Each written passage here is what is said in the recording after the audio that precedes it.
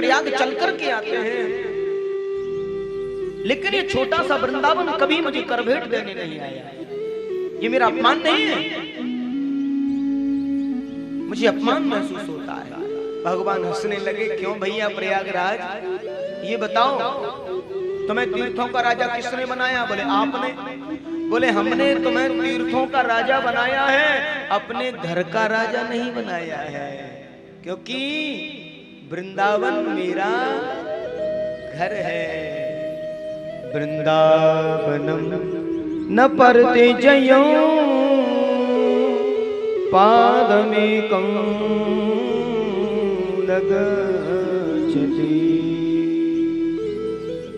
वृंदावन तो मेरा घर है, मेरा निज निवास। भगवान का निज निवास कहाँ है? वृंदावन। एक बार प्रेम से बोलिए राधे राधे। तो वृंदावन महिमा तो संतों ने बड़े भाव से गाई है, और अगर भक्ति के चश्मे से वृंदावन जाते हैं तो कण कण में राधा माधव का वास दिखाई देता, कण कण में राधा माधव। ऐसे ऐसे महान संतों की कुटिया है वहां, आज भी पुरातन वृंदावन का दर्शन होता है।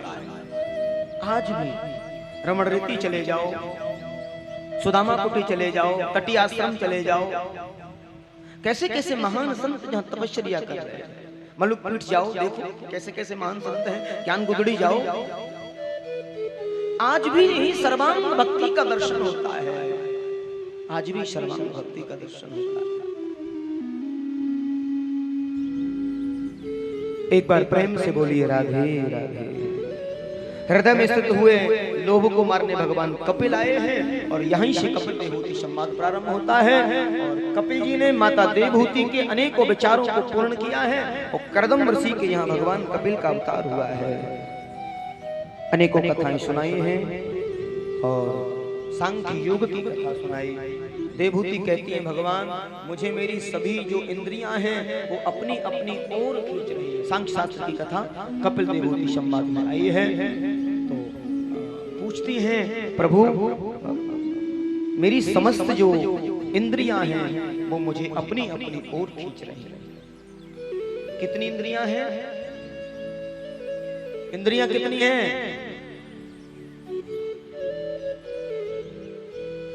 बस 5 ही।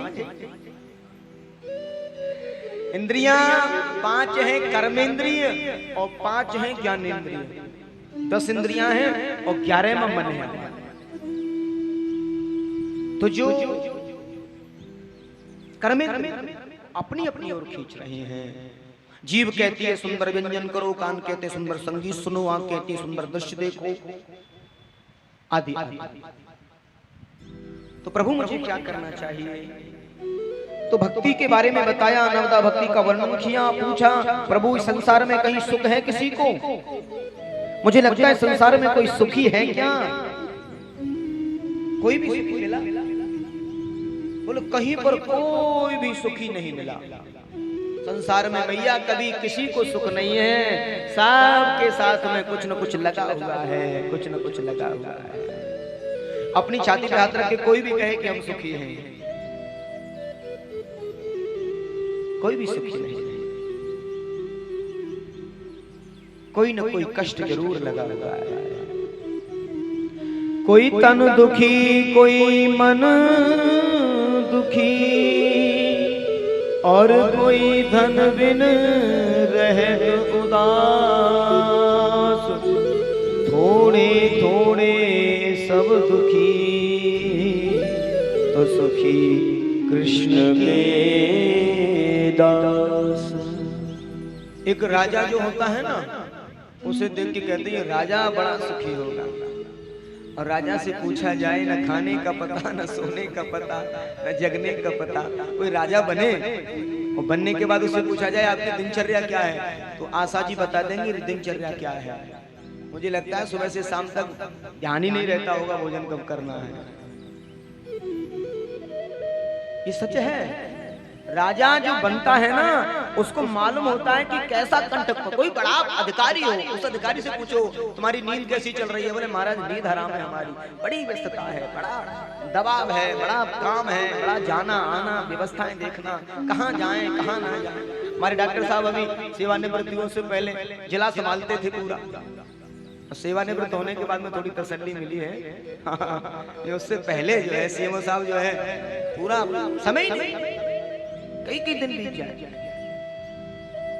क्योंकि जो जिस पद पर होता है ना, उच्च पद पर जितना होगा, मान लो कि कंटक पद पर चलना वो तपश्चर्या, जितना उच्च पद होगा उतना तपश्चर्या होगी, वो तपित होता है व्यक्ति, माने तपस्या कर रहा है। और देखने में अरे साहब तो अधिकारी है, वो राजा है, देख देख बहुत कुछ होता है। तो दीन कहे धनवान सुखी, धनवान कहे सुख राजा तुम्हारी, राजा कहे महाराज सुखी, महाराज कहे सुख इंद्र को भारी। तुलसीदास विचार करे हरि भजन बिना सब सब जीव दुखारी, हरि भजन बिना सब जीव दुखारी। इसलिए मैया सुख तो संसार में किसी को नहीं है। मैया ने कही शायद गर्भ में सुख हो, बोले गर्भास सम दुखो न भूतो न भविष्यति, गर्भ के समान सुख नहीं। अच्छा एक बात जरूर है, एक बात जरूर है, एक बड़ी विचित्र बात है, हमेशा एक बात पर बड़ा झगड़ा होता है पति पत्नी का। किस बात पर? हमने तुम्हारे साथ में सुख नहीं पाया, बताओ हमने क्या सुख। अब ये बताओ वो पति देव किससे कहें हमने सुख नहीं पाया, क्योंकि सुख है ही नहीं, मिलता ही नहीं। सच्चा सुख कहां है? भगवान की भक्ति में सुख है, भगवान की भक्ति में सुख है। दो पंक्तियों में थोड़ा सा गुनगुनाएंगे। मिलता है सच्चा सुख केवल भगवान तुम्हारे चरणों में, मिलता है सच्चा सुख केवल भगवान तुम्हारे चरणों में, मिलता है सच्चा सुख केवल भगवान तुम्हारे चरणों में, है जीत तुम्हारे चरणों में, है हार तुम्हारे चरणों में, है जीत तुम्हारे हाथों में, है हार तुम्हारे चरणों में, मिलता है सच्चा सुख केवल भगवान तुम्हारे चरणों में, ओ भगवान तुम्हारे चरणों में, भगवान तुम्हारे चरणों में। तो सच्चा सुख तो भगवान के चरणों में ही मिलता है, इधर उधर तो नहीं मिल सकता है। तो भैया कभी भी सुख की कामना से लड़ना मत। हाँ, सुख की कामना करनी है तो भगवान के चरणों का ध्यान करिए और वही सच्चा सुख मिलता है।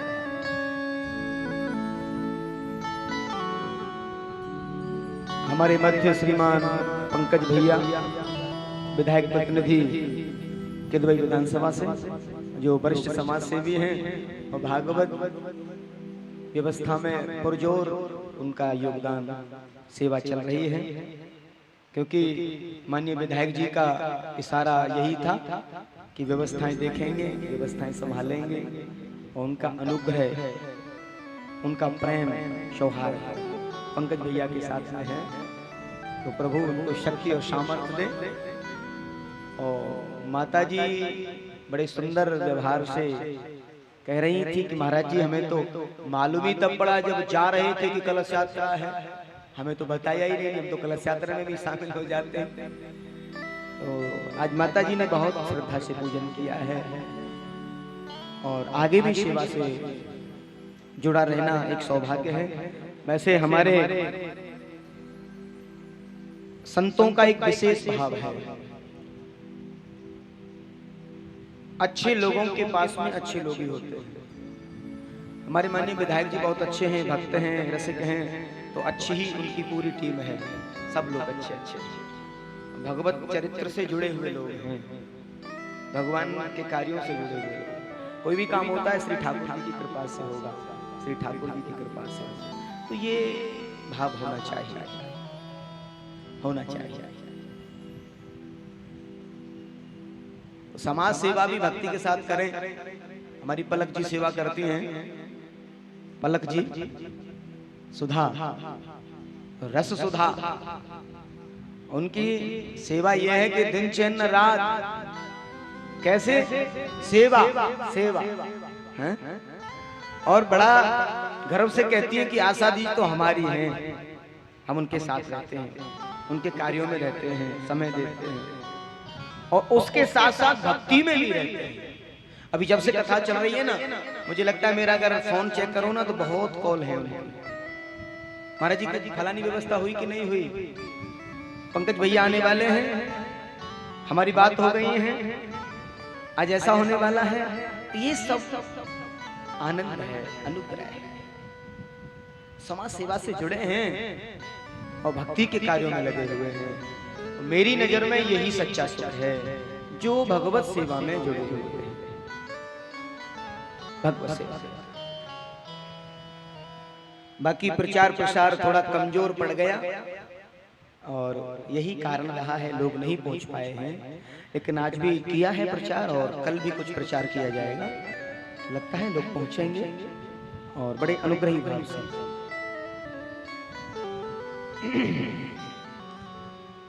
तो सिया राम मैं सब जग जानी, करहु प्रणाम जोर जग पानी, करहु प्रणाम जोर जोग पानी। कपिल जी कहते हैं मैया जब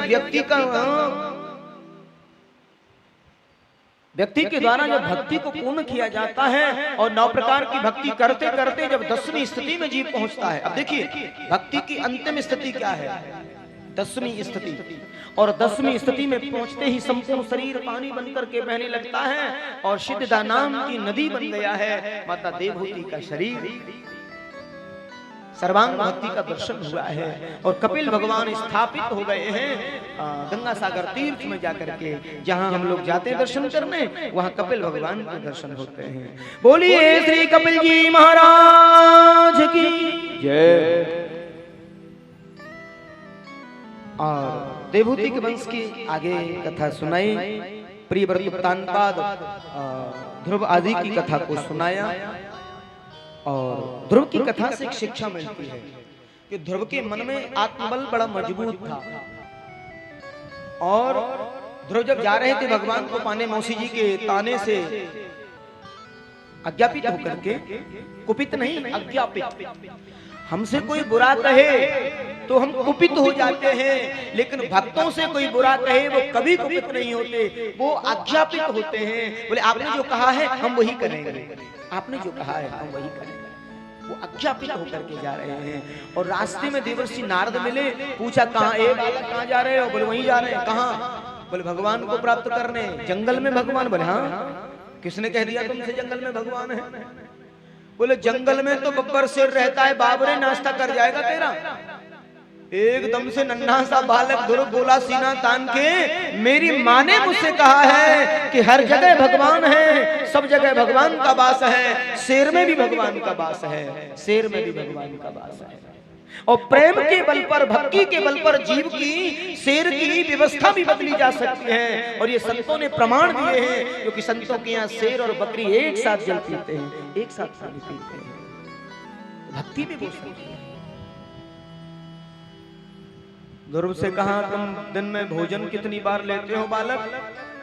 ध्रुव बोले, कोई गिनती नहीं, मेरी माँ जब जब बिठा के खिलाती है, 5 बार 10 बार। और बच्चे को जब भूख लगे तभी स्तनपान करा देती है माँ। कितनी बार कराती है? और थोड़ी देर में घूम के आएगा, लाओ माँ। नारद जी बोले, वन में तेरी मैया थोड़ी ही बैठी है, महतारी थोड़ी ही बैठी है जो तुझे भोजन कराएगी गोदी में बिठा के। बोले तो फिर क्या हुआ? तो उस समय बहुत सुंदर बात कही है, बहुत सुंदर बात कही है कि जब दांत नहीं तब दूध दियो, अब दांत दिए कछु और भी देगो, अब दांत दिए कछु और भी देगो। भगवान जन्म लेते ही व्यवस्था थोड़ी व्यक्ति कर लेता है। जीव का जन्म बाद में होता है और माँ के स्तनों में दूध पहले ही आ जाता है। बच्चे का जन्म तो बाद में होता है, उसके जीने का सहारा पहले ही हो जाता है, क्योंकि ये जन्म लेगा तो ये दूध कहां से पिए? तो माँ के स्तनों में दूध आ जाता है। इसलिए जब दांत नहीं थे तब दूध था, और अब दांत दे दिए हैं तो निश्चित वही व्यवस्था करेंगे। यानी विश्वास पक्का है, विश्वास पक्का है। और भक्ति के लिए सबसे पहले विश्वास ही देखा जाता है। भक्ति की 3 धाराएं, भक्ति की 3 धारा बताई हैं। हमारे डॉक्टर साहब को तो पता है सारी बातें। भक्ति की 3 धाराएं, विश्वास, संबंध और समर्पण।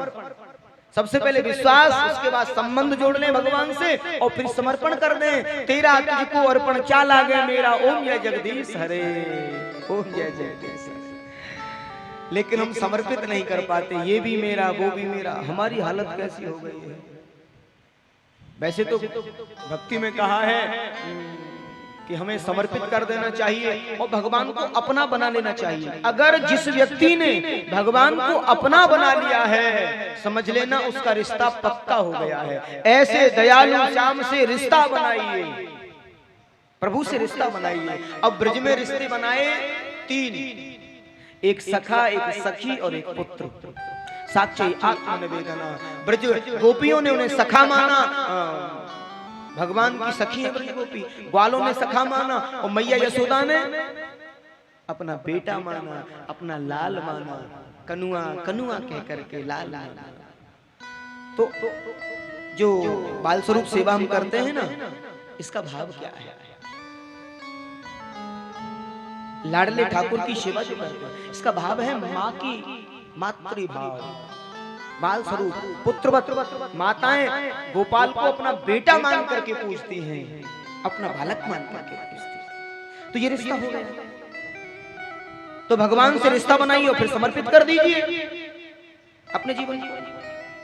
और जो व्यक्ति भगवान पर समर्पित होकर के कार्य करते हैं, उनके जीवन में कोई कार्य कभी रुक नहीं सकता, कभी रुक नहीं सकता। वो निश्चित पूरा होता है, वो निश्चित पूरा होता है। हमारा विश्वास कमजोर पड़ गया है, हमारा विश्वास कमजोर पड़ गया है।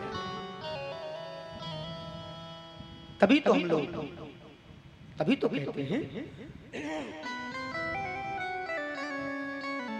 कहते हैं पुत्रवती युवती जग सोई,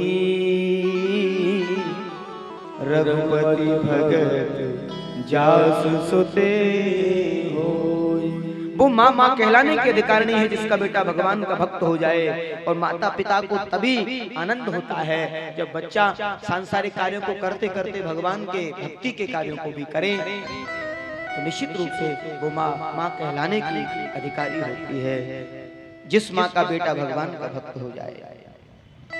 और यहाँ इतिहास पुराण आदि की कथा सुनाई है, वेदों की कथा को सुनाया, वेद की परंपरा को सुनाया, और अनेकों कथाओं को सुना करके आनंदित किया है। और कहा कि जो जानहि तेह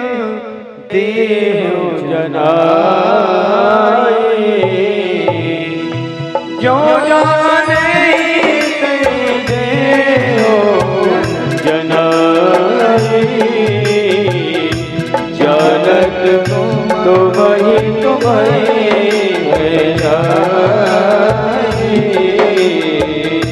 जानत तुम्हें जाई रातार जो सती ओमदार ज्योतिष के नाई सबही नचावत राम गोसाई सबही नचावत राम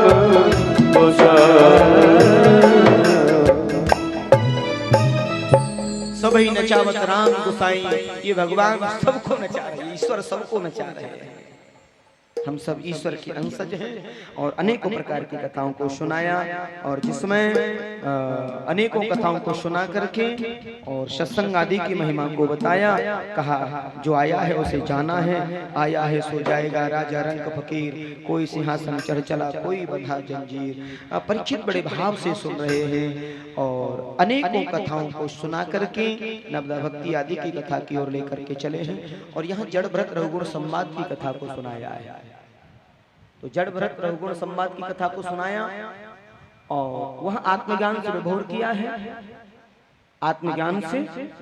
और ये भरत जड़ भरत, दुष्यंत नंदन भरत और शकुंतला नंदन भरत, श्री कौशल्यानंदन भरत। तो ये जो भरत हुए हैं ना, शायद इन्हीं की वजह से हमारे देश का नाम भारत पड़ा। बोलिए भारत माता की। हमारे देश का नाम भारत क्यों पड़ा? आलू पड़ गया। एक जड़ भरत, एक कौशल्य भरत और एक दुष्यंत नंदन भरत। ये तीन भरत हुए हैं और इन्हीं की वजह से ये देश का नाम भारत पड़ा है। ये देश ऋषियों का, मनीषियों का है, ये महात्माओं का है, ये महात्माओं का है, ये भक्तों का है। आगे अनेकों प्रकार की कथाओं को सुनाया है और श्री सुखदेव स्वामी कहते हैं प्रहलाद आदि की कथा सुना करके, प्रहलाद के वंश में, प्रहलाद जिन्होंने नरसिंह पुराण का उपदेश किया है और इन्हीं के वंश में, हिरण्यकश्यपु के वंश में आगे चल करके लिखा है ना कि प्रहलाद जी ने नरसिंह भगवान को प्रकट कर लिया था भक्ति के बल पर, तप के बल पर। कहते हैं प्रहलाद जी के बारे में, नरसिंह बसे प्रति खम्बन में पर कारण को प्रहलाद कहाँ। नरसिंह तो आज भी प्रत्येक खम्बे में बसते हैं और प्रहलाद कहाँ है? प्रहलाद सिया राम कथा कितनों ने लिखी पर तुलसी जैसी मर्यादा कहाँ। राम कथा तो बहुत लोगों ने लिखी लेकिन तुलसी बाबा जैसा किसी ने नहीं लिखा। कितना सरल और सहज कर दिया है रामायण। तो ये पराकाष्ठा है, उसको प्राप्त करने वाला जीव चाहिए और प्रेम और भक्ति की ताकत से प्राप्त कर लेता है। आइए अब चलते हैं भगवान के सुंदर अवतार की ओर। आज समय का बड़ा अभाव है और देर से कथा होती है और देर से विराम होती है। मेरा एक विशेष आग्रह है, अभी वामन चरित्र की कथा होने जा रही है और वामन आज के दिन वामन भगवान की झांकी की कथा, भगवान की झांकी के दर्शन होते हैं और देवताओं की कार्य सिद्धि के लिए वामन भगवान आए हैं, देवताओं की कार्य सिद्धि के लिए। तो तृतीय दिवस में वामन चरित्र की कथा होती है और चौथे दिवस में नंद महोत्सव उत्सव होता है। तो कल जो यहाँ कथा होगी वो भगवान की नंद महोत्सव की कथा होगी, यानी कृष्ण जन्म उत्सव। तो आप सबको बड़ी धूमधाम से मनाना है। संख्या बल भी पहुंचेगा, कल काफी लोग बाहर से भी आएंगे, आसपास के लोग भी आएंगे। तो जैसे अपने बच्चे का जन्मदिन मनाते हैं ना, उसमें बड़ी तैयारियां करते हैं, बड़ी धूमधाम से तैयारियां करनी है आप सबको। कल उत्सव की नन्हे से भगवान आएंगे और उनका अवतरण होगा और कल समय से पंकज भैया भी समय से कथा में रहेंगे, क्योंकि आज निर्णय किया है नंद बाबा का कार्य आप ही को करना है, पंकज भैया भी। हाँ, तो निश्चित रूप से कल नंद महोत्सव मनाएंगे और खूब बधाई लेके आएंगे और बधाई ली भी जाएंगी और बधाई लुटाई भी जाएंगी। तो बधाई लेके आना है और बधाई लेके आना है। तो ऐसे भाव लेके आए कि ऐसे उत्सव हर घर में मने, जिनके यहाँ लाला ना हो। कहते कि नंद उत्सव में आनंद मनाने से उनके घर में पुत्र की प्राप्ति होती है और बाल कृष्ण जैसा बालक उनके घर में होता है और उत्सव मनता है। यही नंदोत्सव मनाने का पुण्य होता है, यही नंदोत्सव मनाने का पुण्य होता है। तो आइए भगवान वामन के दर्शन करेंगे। और वामन बन करके आए हैं राजा बलि के यहाँ, और राजा बलि बड़े गाने हैं, पहुंचे हैं और बड़ा भाव लिया है। बोलिए वामन भगवान की जय। आइए बड़े भाव से।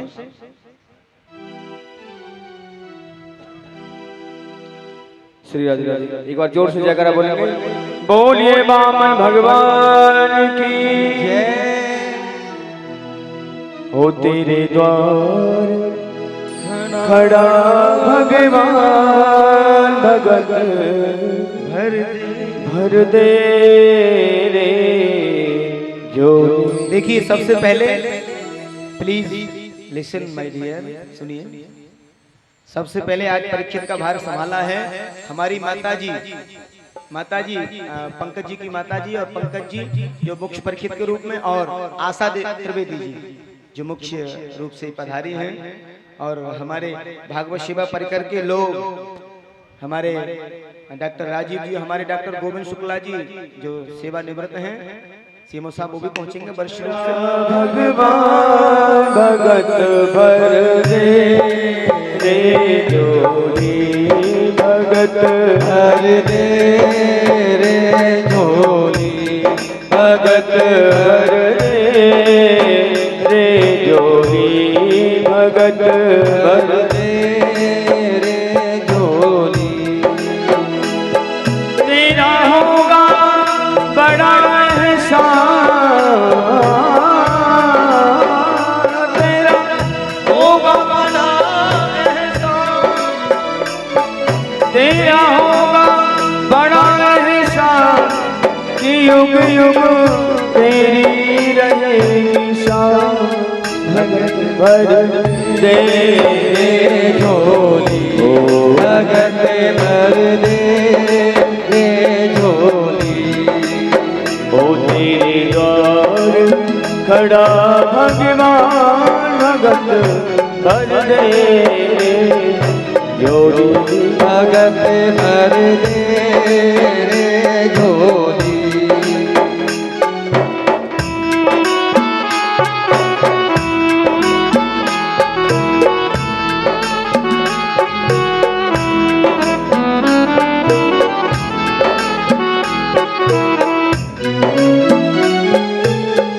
डोलियों की है सारी धरती देख डोला गगन। देखिए तिलक ना लगाएं, बिगड़ जाएगा स्वरूप। अरे स्वरूप को सुंदर रहने दो, स्वरूप को सुंदर रहने दो, केवल प्रणाम करिए, केवल प्रणाम। और छतरी ऊपर कर दे, छाता को जो थोड़ा ऊपर कर दे और तिलक ना लगाएं, केवल प्रणाम करें। देखिए कैसा सुंदर भाव है। श्री राधे।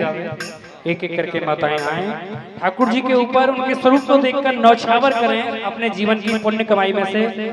जैसे राजा बलि ने सर्वस्व ठाकुर जी को प्रदान कर दिया था 3 पग भूमि का संकल्प बोलकर, तो जो भी आपसे बने अपने जीवन की पुण्य कमाई में से 3 पग भूमि का दान के रूप में जो भी आपसे बने वो संकल्प के रूप में ठाकुर जी के चरणों में अर्पण करें। प्रभु हमने जो जीवन में कमाया है अपने जीवन की पुण्य कमाई में से 3 पग भूमि के निमित्त आपको यथाशक्ति रूप से भेंट अर्पण कर रहे हैं। आप इसे स्वीकार करें और हमें शुभ आशीष प्रदान करें। तिलक न लगाएं, केवल ठाकुर जी को यथारूप से जो भी आपसे बने पत्र पुष्प जिस लायक प्रभु ने आपको बनाया है वो ठाकुर जी के चरणों में भेंट कर दे रहे हैं। 3 पग भूमि का दान का संकल्प करते रहे। जय जय। आइए बड़े सुंदर भाव। डोली उठी है सारी धरती देख ले डोला गगन है सारा। डोल उठी सारी धरती देख ले डोला गगन है सारा। ओ भीख मांगने आया तेरे घर जगत का पालनहारा ये जगत का पालनहारा। मैं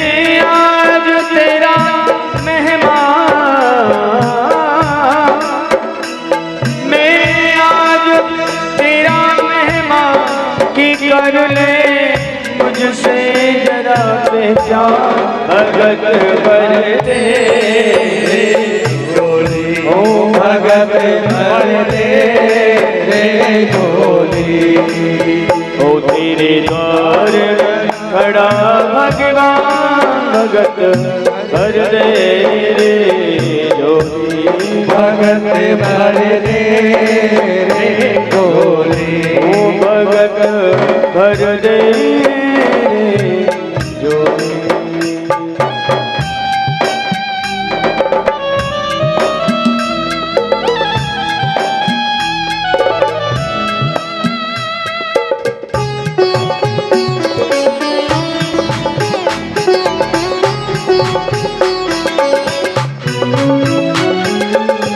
आज लौटा दे तू सर्वस्व अपना, मान ले कहना मेरा।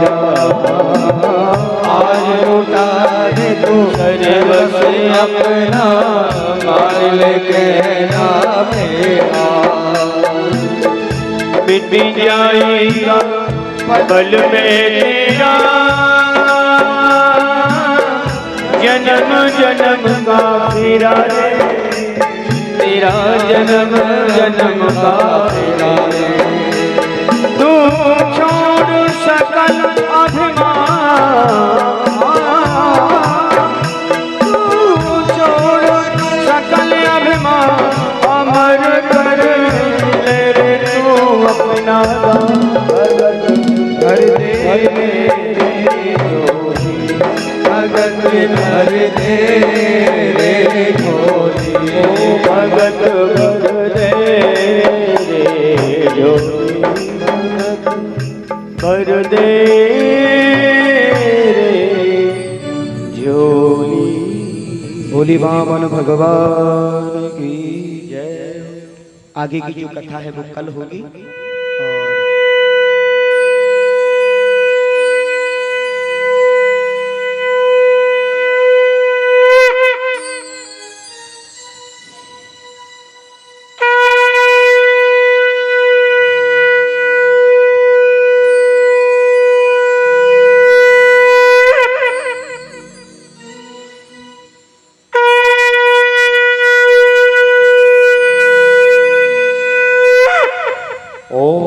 ज्वालामालिन्यै नमः रत्नेश्वर्यै नमः सर्वोच्चारार्थे गन्धाधूपाणिं समर्पयामि। चन्द्रमा मनसो जातचक्षुः सूर्यो जायत, श्रोत्राद्वायुस्य प्राणस्य मुखादग्निरजायत। आरती कुंज बिहारी की गिरिधर मुरारी, आरती कुंज बिहारी की गिरिधर मुरारी। ओ गले में जल्दी बाला, बजा में मुरली मधुर बाला, श्रवण में कुंडल झलकारा। श्री आनंद वृंदावन मोहन व्रज, राधिका रमण बिहारी, श्री गिरिधर मुरारी। आरती कुंज बिहारी की गिरिधर मुरारी। गगन सम अंग कांति काली, राधिका समक रही आली, लदन में डाढ़े बनमाली। भ्रमर कस्तूरी चंद्र सिंह, ललित छवि श्याम प्यारे, गिरिधर मुरारी। आरती कुंज बिहारी की गिरिधर मुरारी। शीश पे मोर मुकुट बिल से, देवता दर्शन हो कर से। गज सो सुमन बहुत बरस, बजे मधुर वीर ग्वाल अतुल रत गोप कुमारी, गिरिधर मुरारी। आरती कुंज बिहारी की गिरिधर मुरारी। यहाँ से प्रकट भई गंगा, सकल हरती गंगा स्मरण से होते मोह भंगा बसे शिव जटा के हरे चरण छब जीवन भारी गिरधर मुरारी की आरती कुंज बिहारी की गिरधर मुरारी की चमक रही उज्ज्वल तट रेणु आज रहे ब्रह्मलट रेणु चमोद से गोपाल रेणु हसत गडत भव चांदनी मेर सुनो नील भिखारी गिरधर मुरारी आरती कुंज बिहारी